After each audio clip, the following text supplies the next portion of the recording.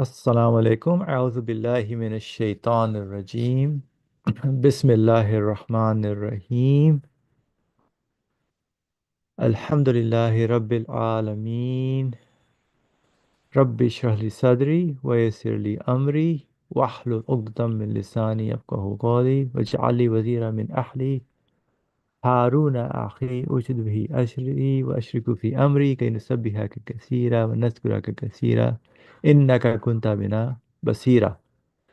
ولا حول ولا قوة إلا بالله العلي العظيم وصلى اللهم على محمد وعلى آله وصحبه أجمعين والحمد لله رب العالمين. Welcome, dear friends. Inshallah, we will continue with our discussion from the 25th word, which is on the Quran. And the author is sharing with us the principles of how we need to study the Quran, inshallah, so we can benefit from it in our daily practical living.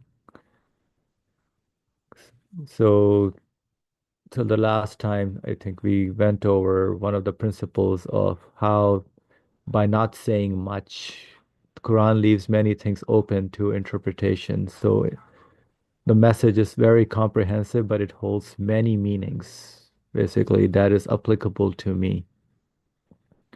And by not mentioning much details, so a lot of times just mentions remember this and then this is what happened. That's it. Doesn't give much detail as to who the person was or were they from, but gives the results or what happened.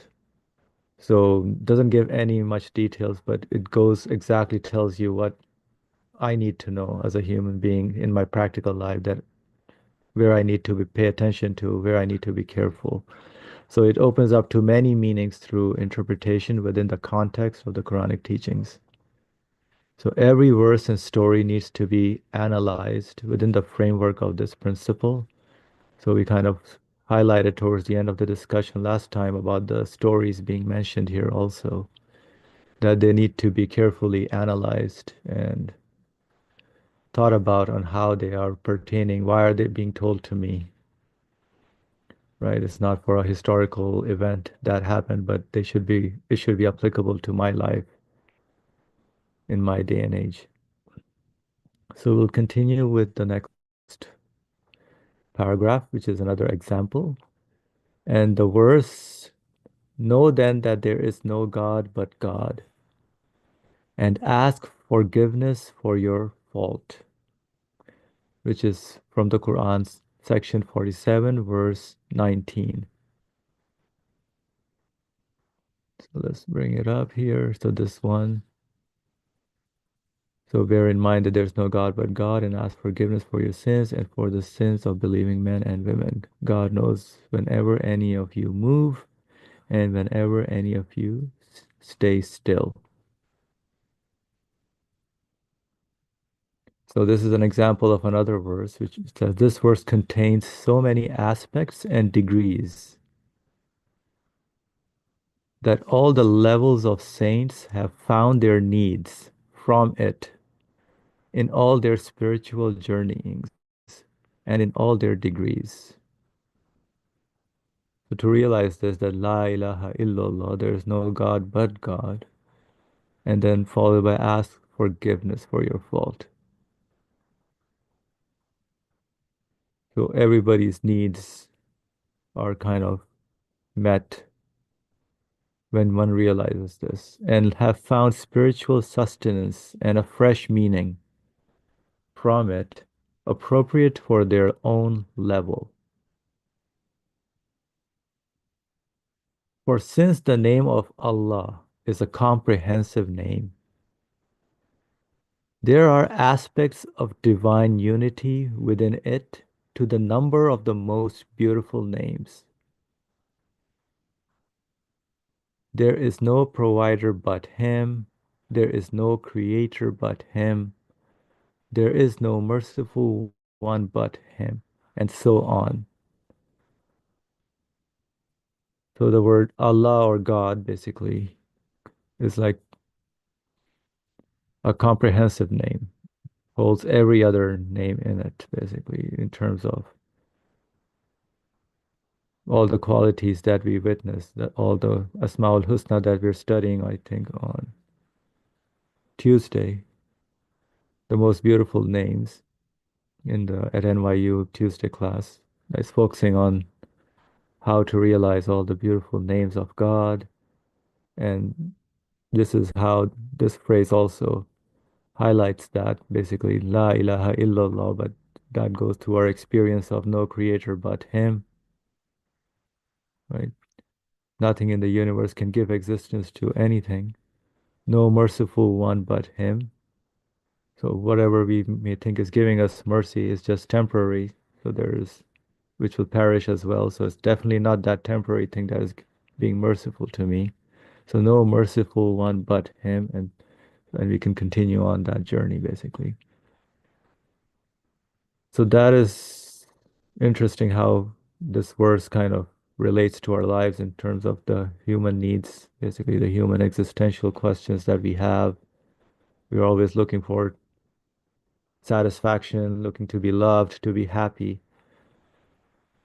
And just if we pay attention to how the meaning unfolds itself to our being, basically, that's why the spiritual sustenance and a fresh meaning was pretty important in terms of how we should see this is one example. That's how we should be engaging with the Quran in a way. But I will open it up to any comment if anybody would like to add anything, share anything before we move on to the next example. So this example is related to this verse. Brother Ali, please go ahead. The following passage will be just really as explanations of the same verse. That by not mentioning, not giving detailed information, it is very, the meaning spectrum is really becomes so large, so everybody can find a niche place in this within this spectrum, and it is all meant to be by the Quran. That was interesting. Inshallah, we will read more and more meanings, layers of meanings, inshallah. But in this place, when we say, when the translation of La ilaha illallah, the author said here, the word God, Allah, is a comprehensive name.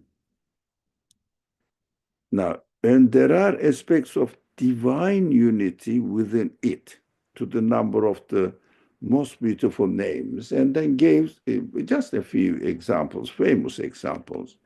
But the name God, Allah, in Arabic, comprehensive name. But when we translate La ilaha illallah,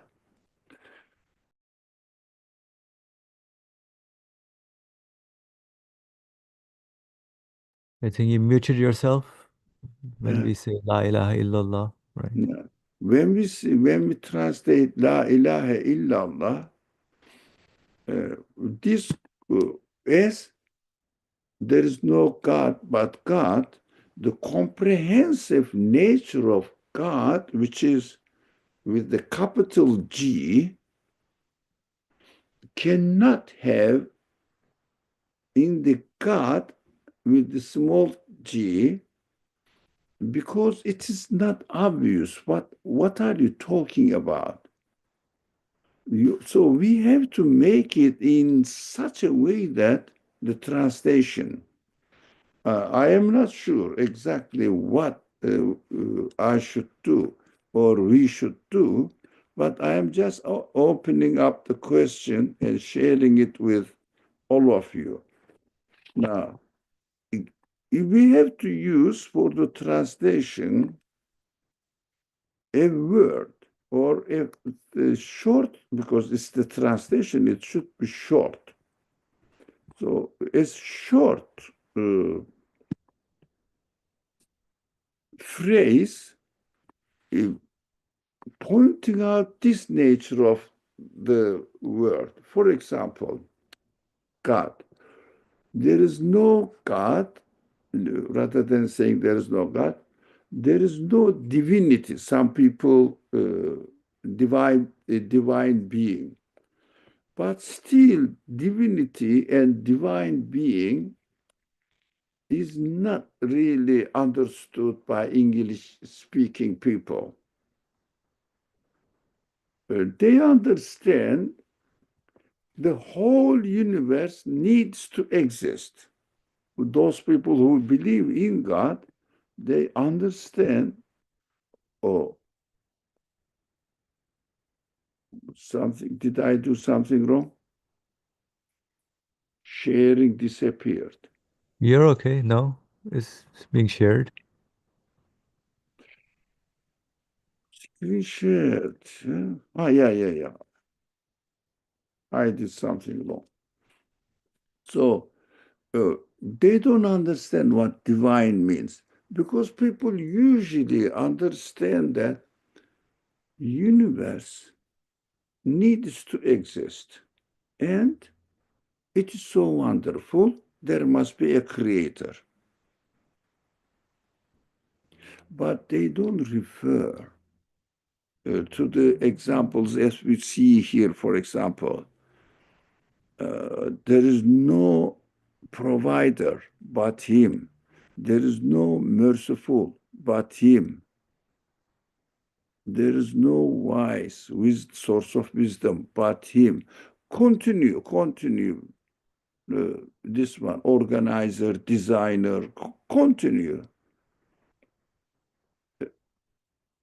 They don't understand this when you say divinity, divine, or God. So I don't know which kind of phrase our friends will, or the word or phrase our friends will suggest.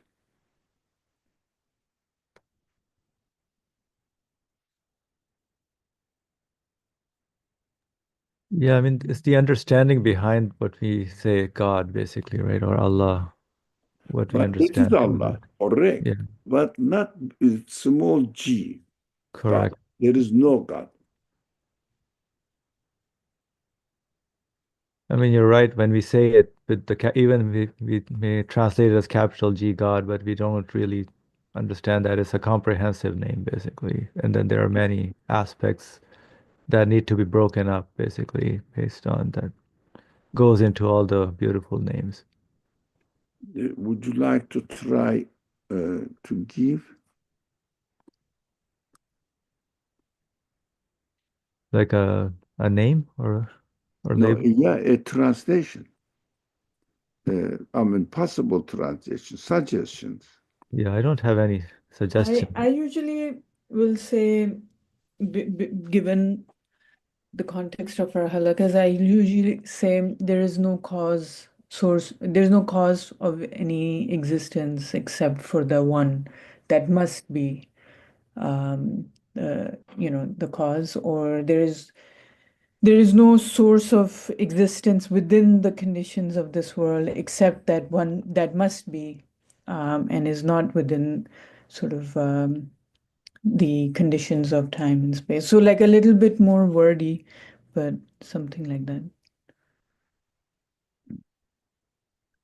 The cause of existence, source of existence.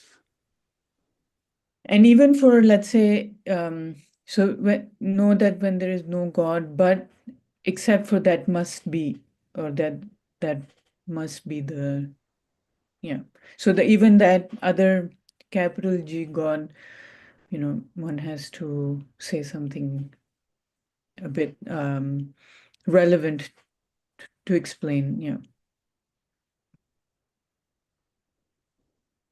How about there is no absolute being, Yep, that's what I was thinking. An absolute being. except the absolute source of everything, something like God?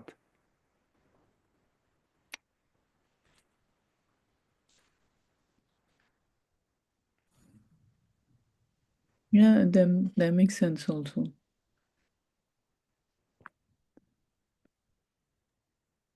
Because when I let's say talk about this in conversation, the point that I am trying to highlight for myself or make clear in that conversation is um, uh, that there needs to be a, reason why anything exists, and that reason does not, is not anything within, let's say, um, this world as we know it, or that there is, it's not chance, it's not randomness, it's not arbitrary. Um, and and so that's the point that I think to myself is important to convey in saying this. Even though I agree the absolute being makes sense, it uh, it can be, let's say, um, like we don't have any sort of, you know, it's not a relatable concept. It's not a comprehensible concept, especially when someone is not convinced.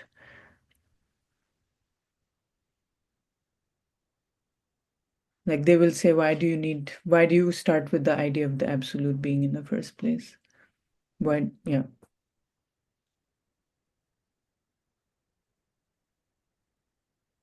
There is nothing in the world. I mean, it must be. I am looking for a word which is uh, Something like cre- infinite or sorry, like infinite. infinite being, absolute being. But as Farah said, maybe for the people don't understand what do you mean by absolute being and what it means. Even infinite,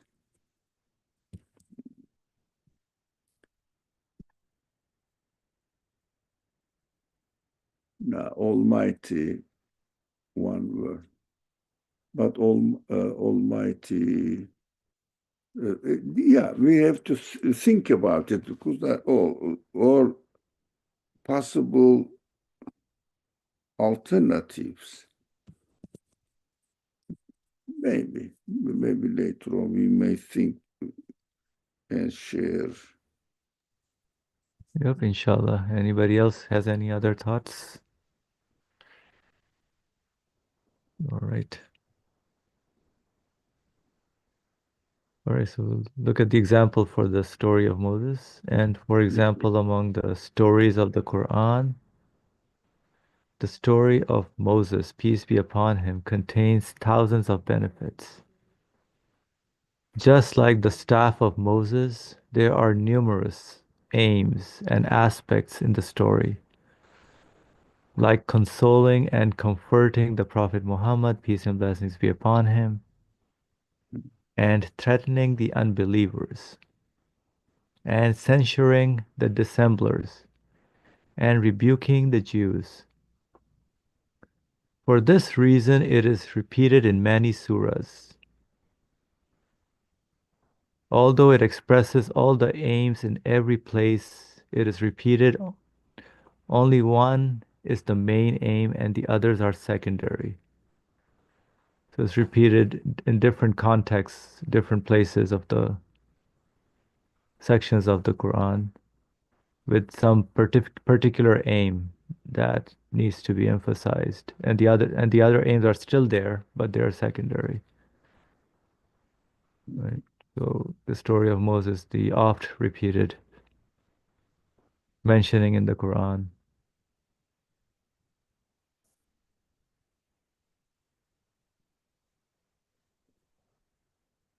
So even in the stories that I thought that's how what the author was sharing basically. One is like through the verse you can get many meanings, although it's like comprehensively written, or just like the comprehensive name, but then there are multiple layers and meanings that can be extracted out of it.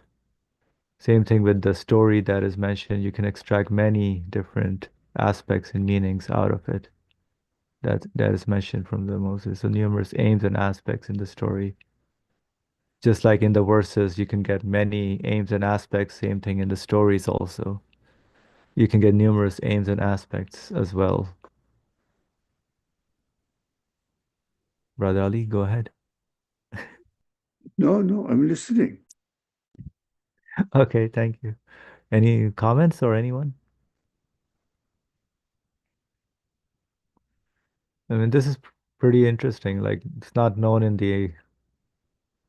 in the general Muslim population, I would say, how the stories need to be read, basically, based on my conversations. So we just study the stories and lose ourselves within the details of the stories, maybe get some lesson in terms of, oh, yes, we need to be worshiping God alone, nothing else. But then there are other aspects that we kind of miss out in terms of relating it to our practical living conditions.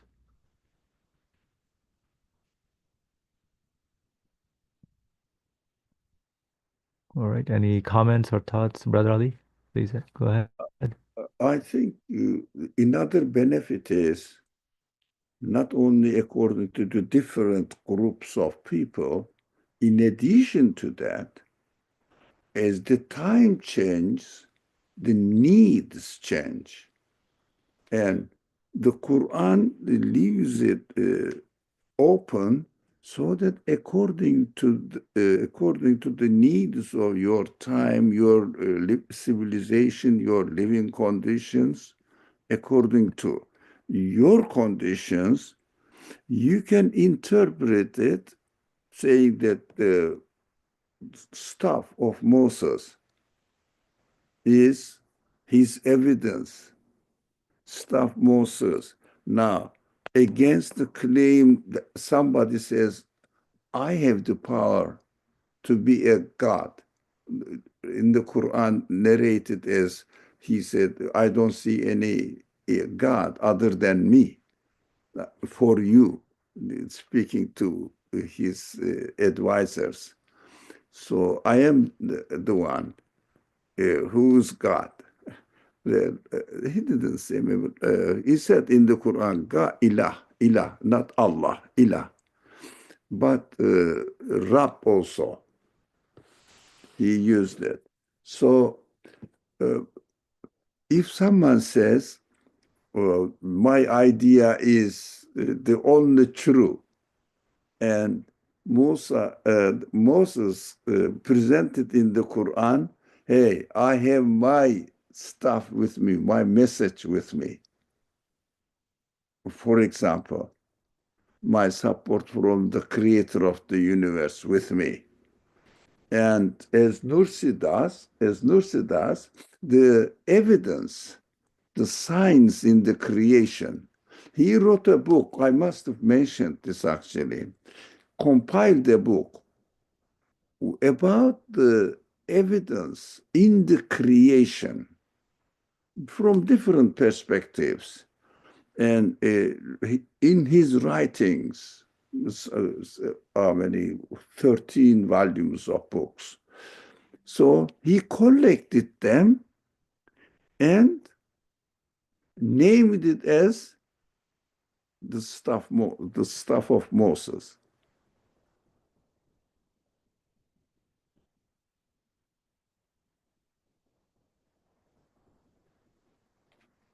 It's interesting, isn't it? For example, look, the stuff of Moses now, of course, we need Quranic guidance, but at the same time, in this age, you cannot come and say that Quran says this, Quran says this. But what we have to do, Quran refers to the creation as evidence in order to believe in ghaib, in order to believe in belief matters. So they are not physically observable belief matters. Angels, no. Hereafter, no. God, no, you can't. The revelation, we can't. The messengership, mission of messengership, we can't now.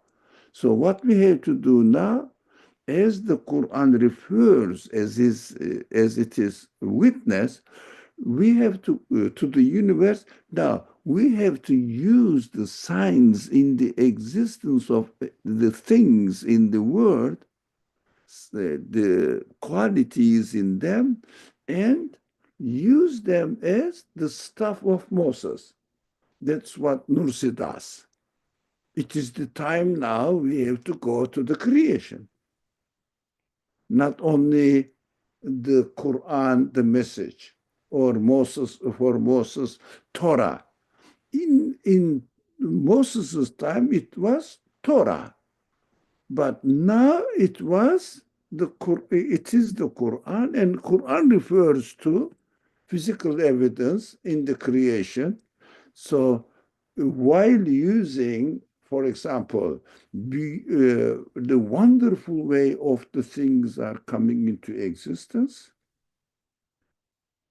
as evidence of the absolute creator, because each being exists within the whole context of the universe. You cannot isolate it and I study it individually. You have to see it within the context of the universe. Look, this is an evidence now, the stuff of Moses of this age. I don't know whether you agree or not, but Nursi does this.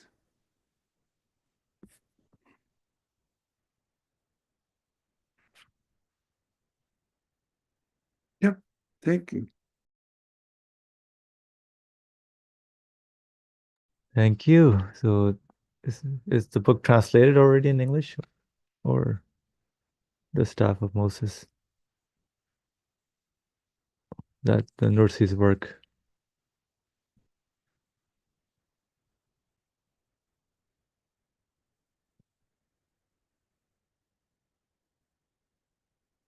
So Brother Ali, are you there? Yeah, I'm just asking if the books are translated in English already. No. It is translated, the stuff of Moses, I but see. it is just compilation from already written books. I see. Okay.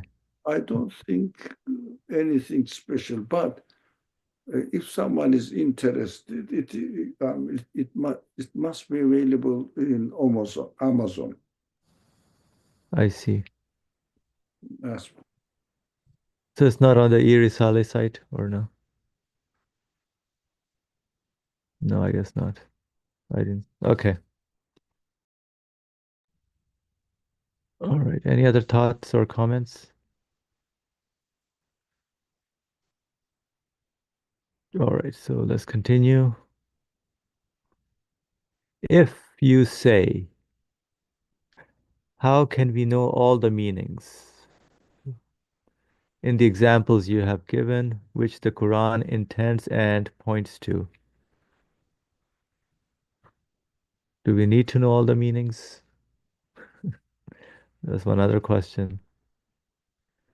We would reply, since the Quran is a pre-eternal address, coming from an absolute being, beyond time and space, I added that for the pre-eternal address, and sitting above and beyond the centuries, which layer upon layer are all different, addresses and instructs all of mankind lined up within them. Certainly, it will include and intend numerous meanings according to those varying understandings, and will make allusions to what it intends. So, the numerous meanings contained in the Quran's words, similar to those mentioned here, have been proved in Isharat al-Ijaz, signs of miraculousness, according to the rules of Arabic grammar and the sciences of rhetoric, semantics, and eloquence and their rules. According to the consensus of those qualified to interpret the Sharia and the Quranic commentators and scholars of theology and jurisprudence, and according to the testimony of their differences, on condition they are considered correct by the sciences of Arabic and the principles of religion, all the aspects and meanings which are found acceptable by the science of semantics and appropriate by the science of rhetoric and desirable by the science of eloquence may be considered among the meanings of the Quran. The Quran has placed allusions to each of those meanings according to its degree. They are either literal or significant. If significant, there are allusions to them in either the preceding context or the after context, or in other verses.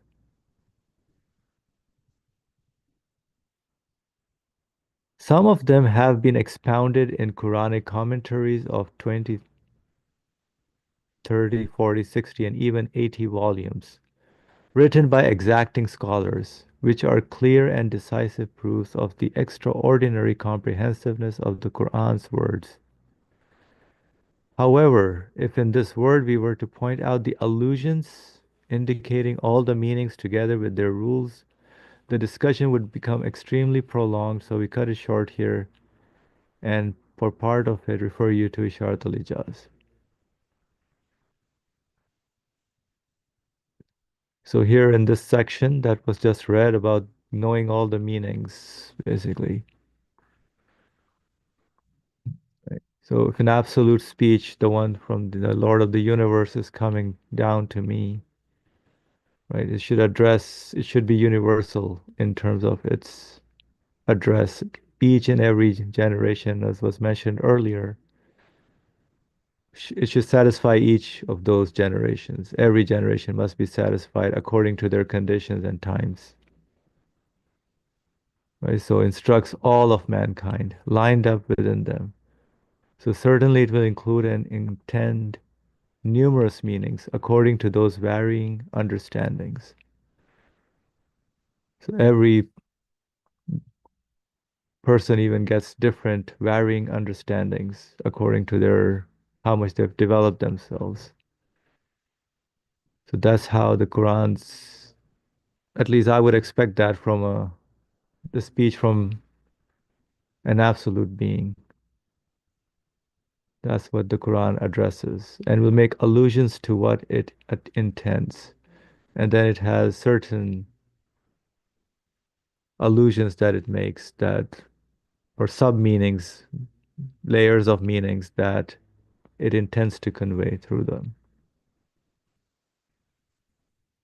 Right? But they all fit according to the rules of Arabic grammar, sciences of rhetoric, semantics, eloquence, and their rules.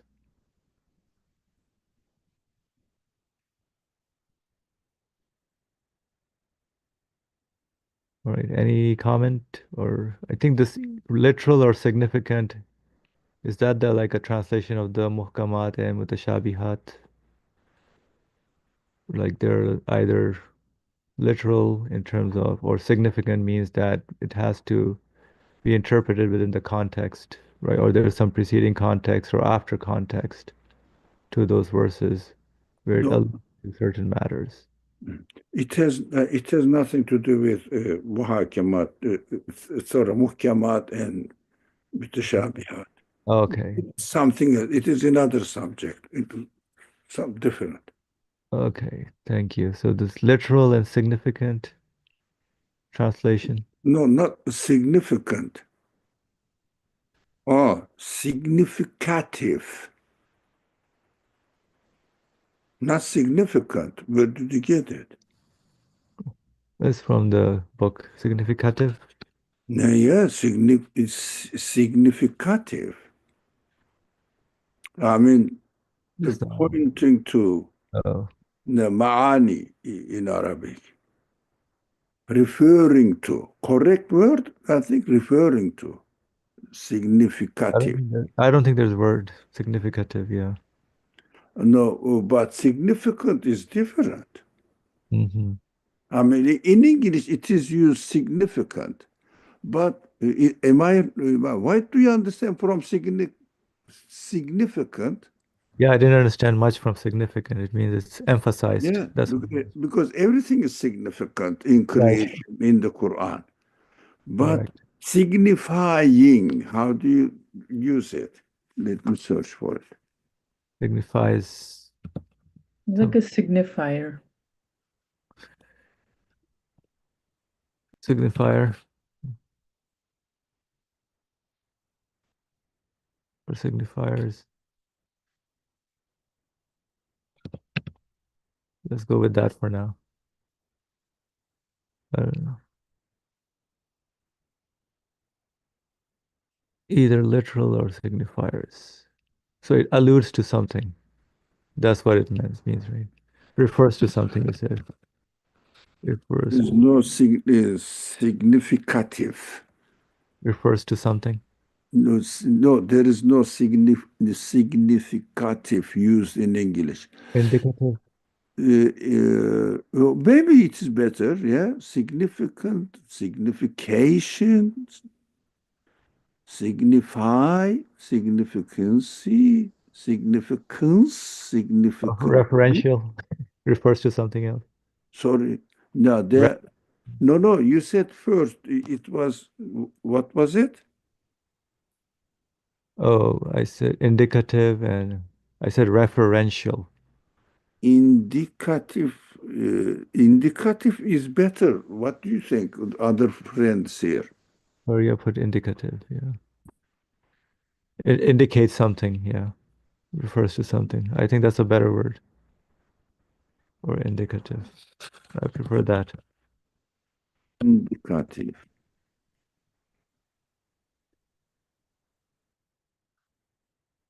It points to something else, basically.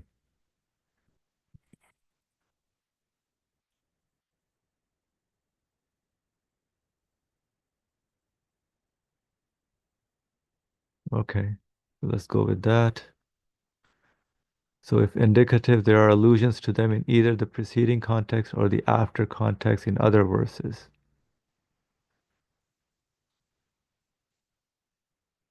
And these allusions have to have been expounded in many Quranic commentaries of many volumes. Subhanallah. Can you imagine? 60, 70, 80 volumes of books of the explanations of certain verses by exacting scholars. Subhanallah. Brother Ali, go ahead, please. In the translation, it is not clearly said. Maybe said it in English. I'm just checking. Ha ya onların manalarındandır. Yes. Now, the sentence should be like this. The Quran has placed illusions to each of those meanings according to its degree. They are either literal or significant, no, indicative. No, they are either literal or indicative. If significative, they are allusion to them in either of the preceding context of the context or the other context in other verses. Some of them have been expounded in Quranic. Now, the subject slightly changes here. Now, the text says, original text says, as long as they are literal, the literal meaning shows it, or indicative meaning shows it, and as long as they are within the context of the Quran. Now, not preceding concept. Excuse me, I'm just double checking from two sources. Yeah.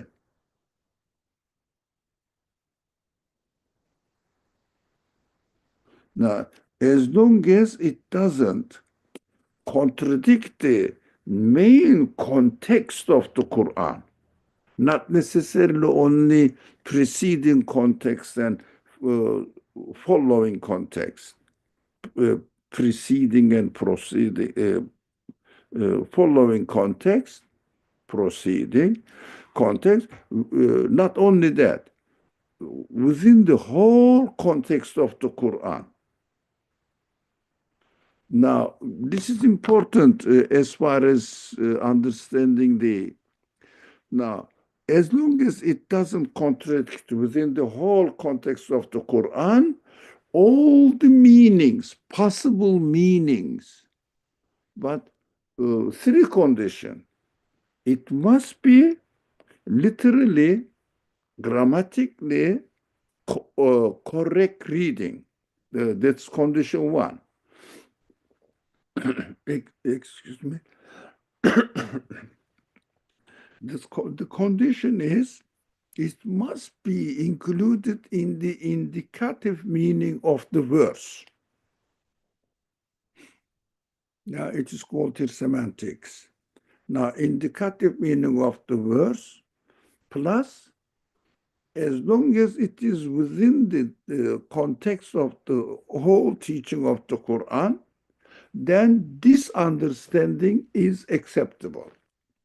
But this is clearly not stated that although meaning is there, this understanding is acceptable. Is it said somewhere else that I am missing?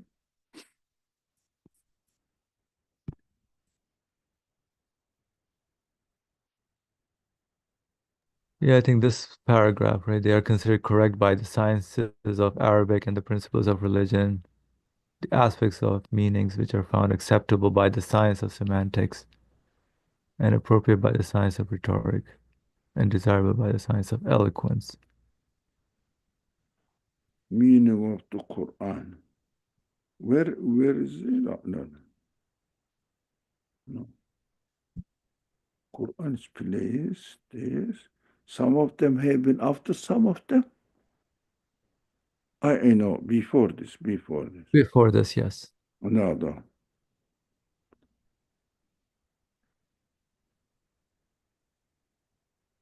Acceptable? Yeah. By the science of the rhetoric and desirable by the science of eloquence may be considered among the meanings of the Quran. Yes, correct. It is included. No, this is important. We cannot say what somebody in the same age or before or after what they understood from the verse, as long as they comprehend these three conditions, they are acceptable.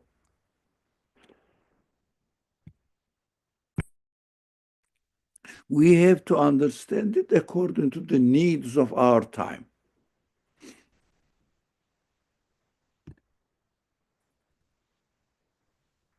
I see, according to the needs of our time. Yeah, So, which one preferable?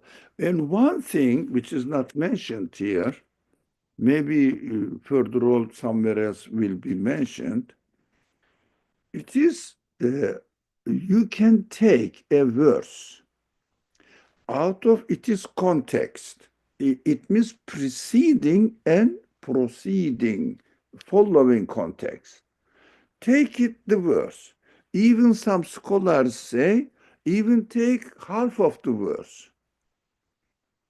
As long as whether the half of the verse or the whole verse, which is taken out of its context. For example, we do sometimes, La israfe fil qatl.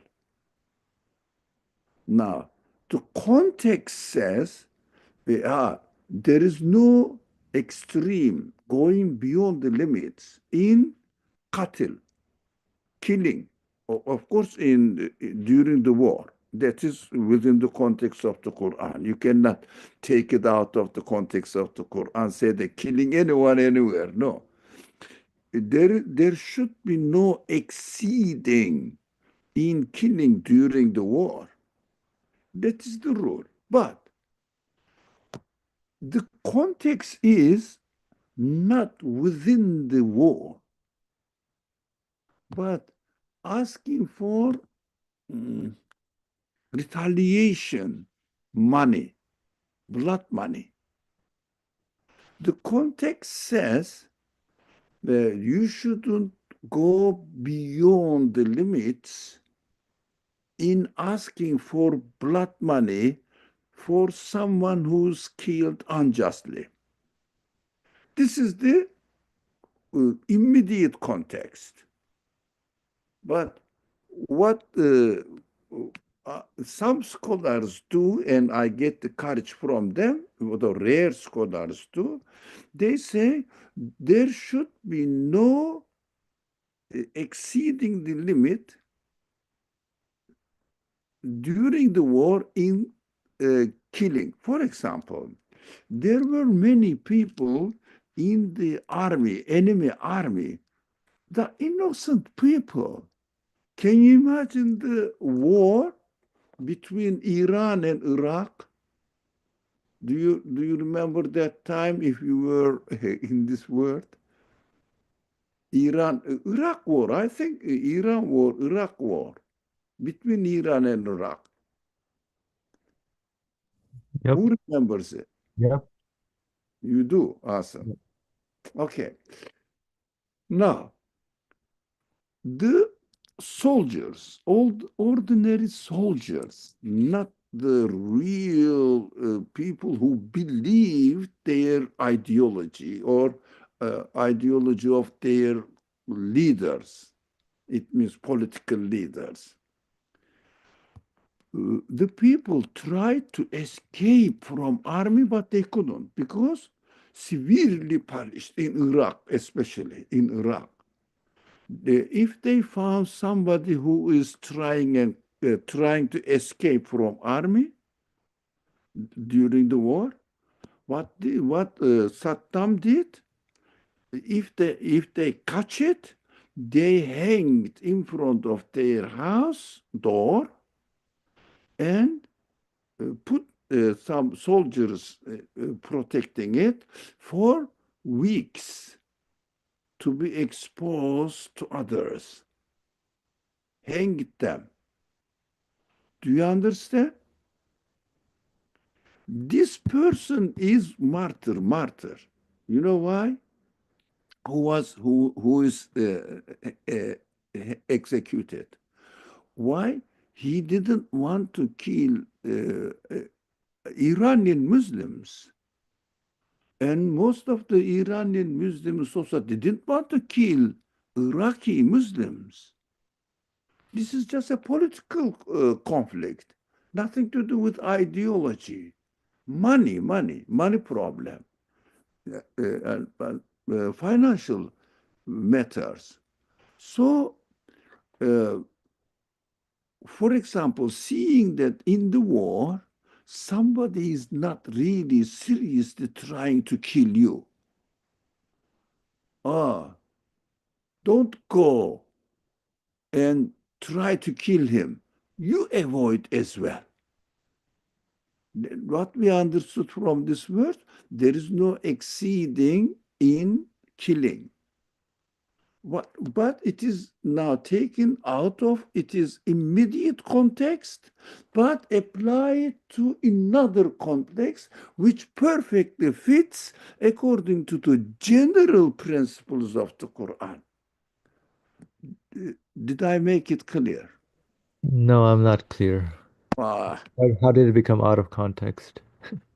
out of immediate context. Do you Mm, see the difference? Immediate context and general context of the Quran, purpose of the Quran. I see. So the war is like a not the general context, though, right? No, making israf is the Waste, general context. wastefulness, yeah. Now, and applying it to responding back to the people who are in war conditions with you and the members of army of the opposite group, but like slaves. For example, slave's heart was with Muhammad, alayhi salatu wassalam. This man is right. But the master didn't let him uh, join Muslim army, Muslims, and also sent him in the army of Quraysh to fight against the Muslims. Do you understand? Now you notice that this is the slave. They know each other. This is the slave, and he doesn't really mean to hate Muslims and try to kill them. It is just sent by his master. He has no other option. So avoid it. Don't make israf. Right. Since you are on the other army, I'm going to kill anyone equally, whoever they are. No, be careful. Real enemy must be uh, focused or in the target, not the slaves. Most of the slaves, all the slaves were, uh, the hearts of all the slaves were with the Prophet anyways. It's a Is difficult situation to be in. sorry? It's a very difficult situation to be in. Ah, but you can, if you notice, somebody is really eagerly attacking you is different from somebody is pushed somewhere in front of you and not willing really. So be careful. Uh, Difficult, I understand, but be careful. That is why la israfa fil qatl. For example, there, for example, the other Quranic verses say, if they incline to peace, even you may think that they are doing some sort of trick, still give a chance that they may be sincere. Trust God and accept their offer of peace. Did you know this verse? I must have mentioned it's very important.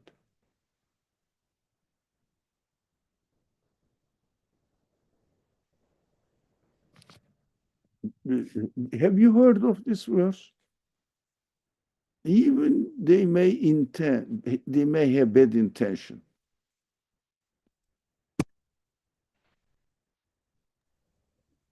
So even if they have bad intention, then what? Yeah, even they may, of course, you don't Yeah. know intention. The war conditions, you don't know. Hmm. How can I find it?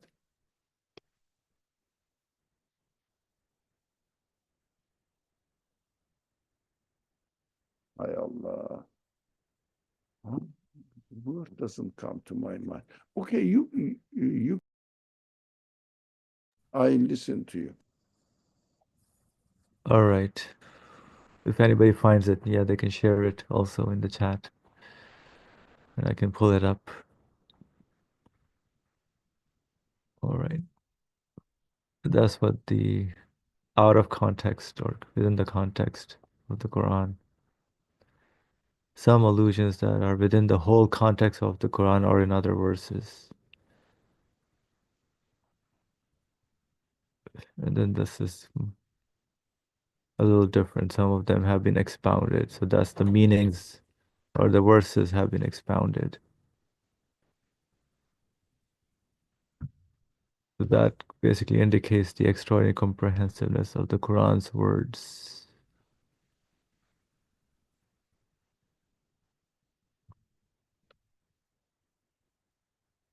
All right. All right, before I go to the second flash, let's see if the verse is found, because we don't have a few minutes left. I'm curious on the verse, actually.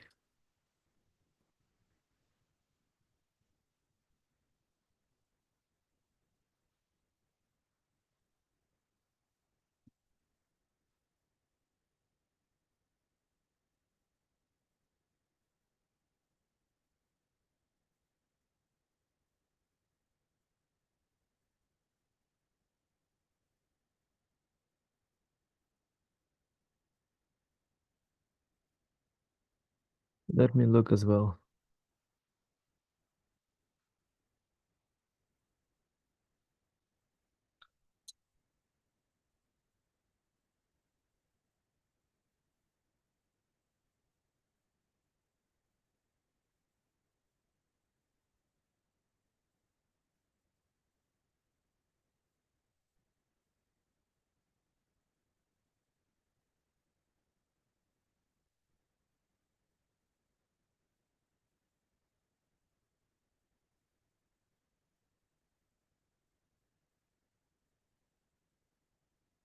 On age 61.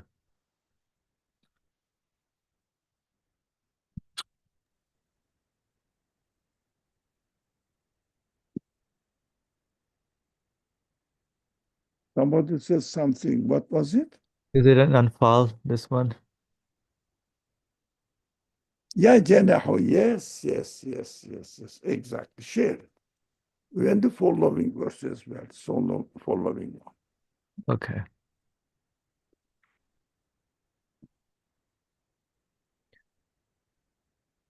So this one is, if the enemy is inclined towards peace, make peace with them and put your trust in God. Indeed, He alone is the all-hearing, all-knowing.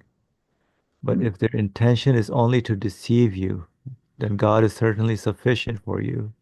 He is the one who has supported you with His help and is with the believers.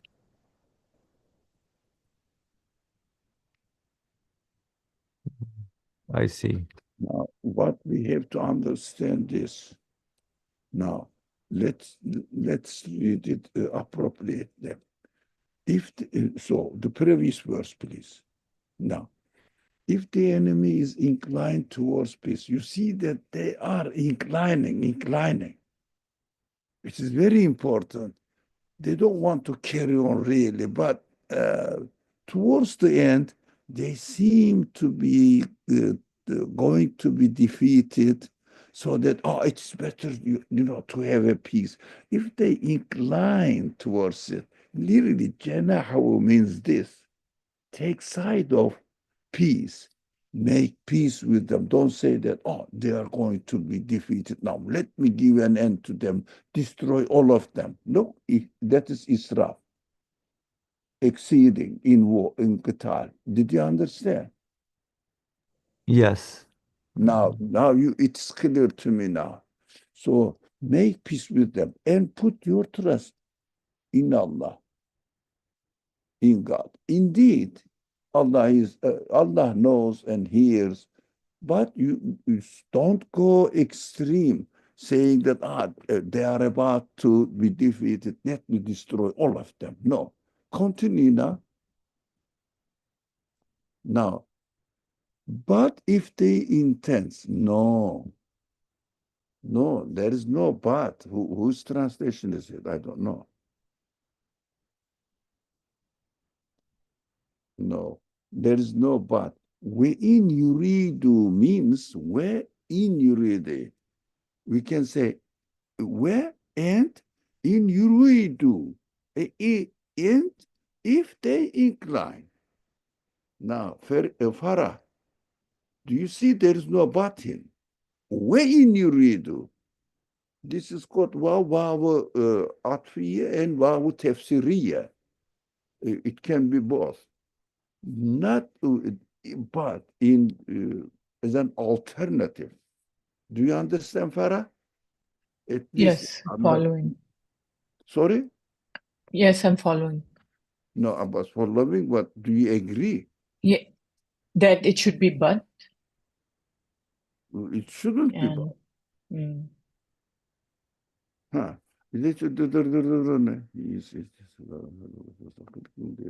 Follows. They should seek but deceive by this So I show. pulled Asad's translation. He says, No, and no, no. Not, yeah. not a show of peace. No, the real peace. Who said show of peace? Now, to follow this following verse, is it here? No, no, no. You did. Now, the translation. Show the translation. Now, and should they seek but to deceive you? But the show of peace. This show is not, and somebody is making a show. Not in this sense. Not in this sense. The show, Correct, yeah. they appear to be. They appear to be, but like pretending. not pretending. No, not pretending. Jenahu doesn't mean pretending. Jenahu means taking this side. It means peaceful side. Intent, yeah, which is But there's yuridune intent. Yuridune intent. I mean, in this way intending. But the previous one, I'm confusing. Get the previous verse. Now, let me if pull the whole they thing, yeah. should now, when you read, no, you saw that. Why do you now?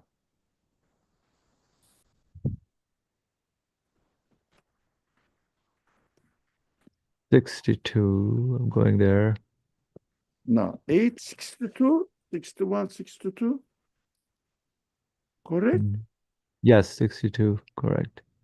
56, 960, 61, and 62. 8 and 5. Yes. So 61 is this. Now, if they incline to peace, yeah, that is correct. That's I misread them.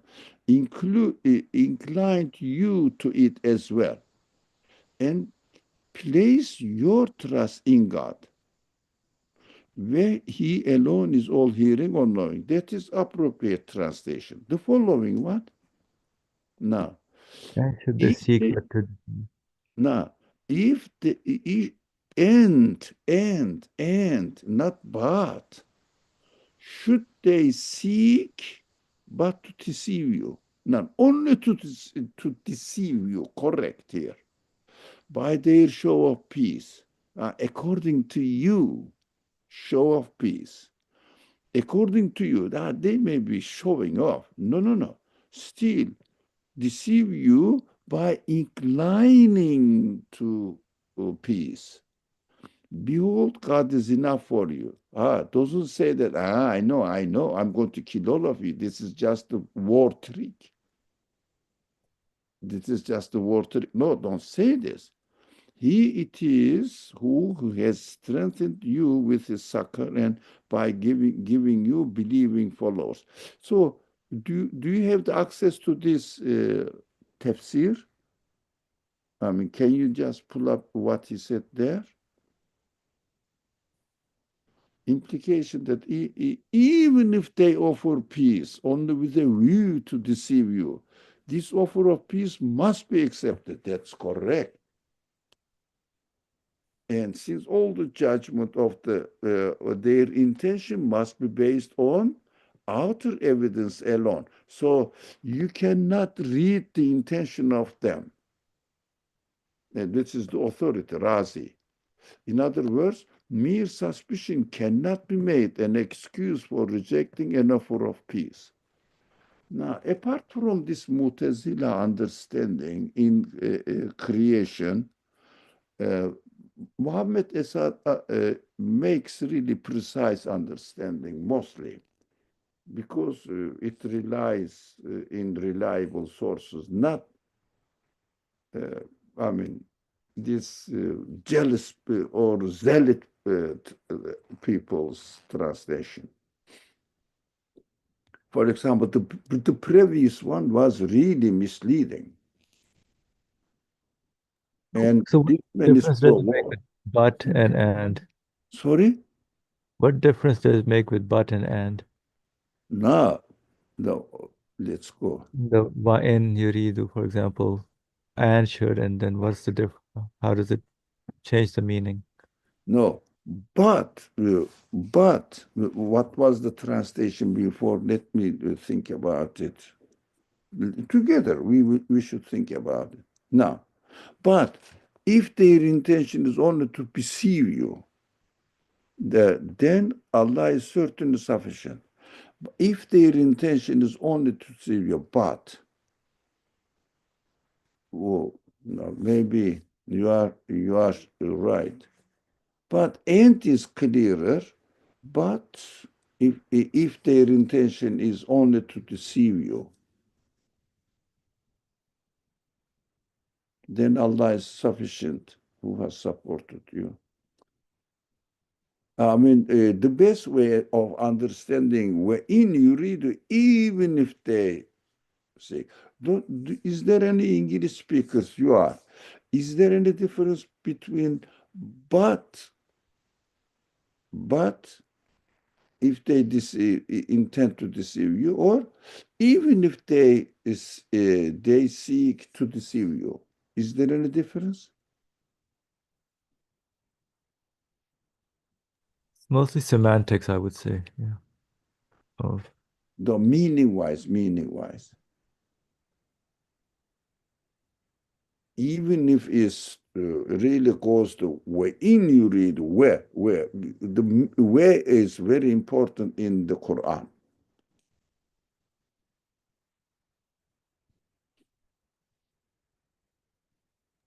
I see.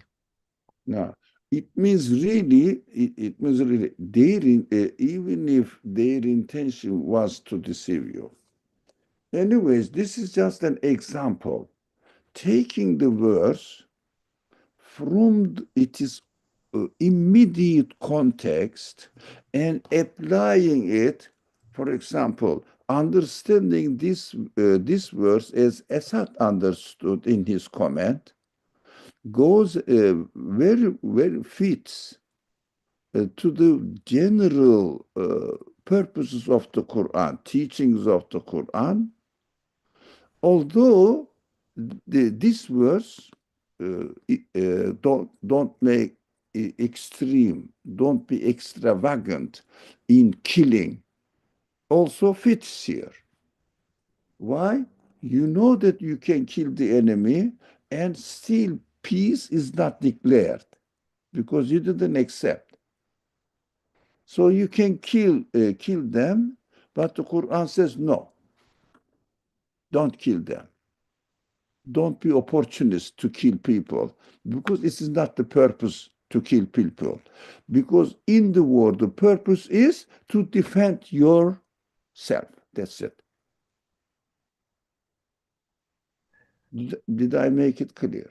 Yes, thank you. Yeah, I said this commentary actually helps actually Yeah. about Yes. Correct. otherwise. All right. I think we can.